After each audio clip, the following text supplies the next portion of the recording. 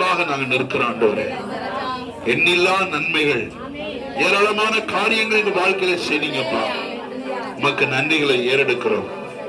நன்றி பலிபீடம் நாங்கள் கட்டி உம்முடைய நாமத்தை மகிமைப்படுத்த உதவி செய்யுங்கப்பா. இந்த இடத்துல வந்த ஒவ்வொருவரையும் ஆண்டவர் ஆசீர்வதிப்பீராக. இயேசுவின் நாமத்தினால் பிதாவே, ஆமென். என் ஆத்துமாவே கர்த்தரை ஸ்தோத்திரி, என் முழு பரிசுத்த நாமத்தை ஸ்தோத்திரி. என் ஆத்துமாவே கர்த்தரை ஸ்தோத்திரி.